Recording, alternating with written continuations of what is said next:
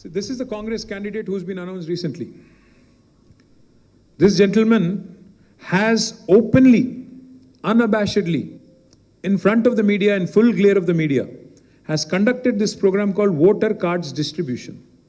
Now, who is he? This is the job of Election Commission. This is the job of government. I mean, technically not even government. This is the job of Election Commission. Now, this gentleman, he was not even announced as a candidate then.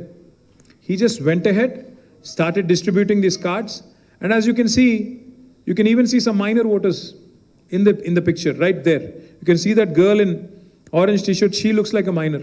Not just that, he's been already booked for fake epic voter ID distribution. In full media glare, this gentleman has distributed more than 1,000 such voter IDs.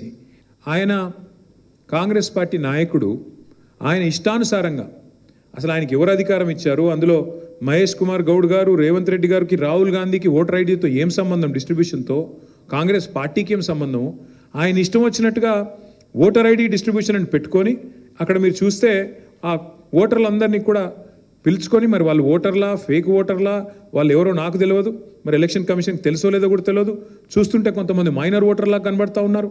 మరి వాళ్ళందరినీ కూడా పిలిచి 1000 మందితో వెనకాల కాంగ్రెస్కు జై కొడుతూ election symbol పెడుతూ మరి స్పష్టంగా మరి ఓటర్ ఐడి డిస్ట్రిబ్యూషన్లు చేయడం జరిగింది. చేసిన తర్వాత ఎలక్షన్ అధికారులు ఈయన డిస్ట్రిబ్యూట్ చేసినాయని దొంగ ఐడి కార్డులు, ఫేక్ ఐడి కార్డ్స్ అని చెప్పి కేసు కూడా పెట్టారు.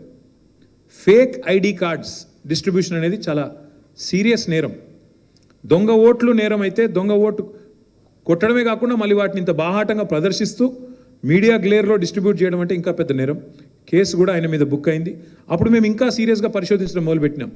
ఏంది వీళ్ళు ఏం చేస్తున్నారు, ఇష్టం వచ్చినట్టు ఓటర్ ఐడి కార్డులు వీళ్ళకి ఎక్కడి నుంచి వస్తున్నాయి, where are they getting these fake ID cards from, and that is when we started digging seriously.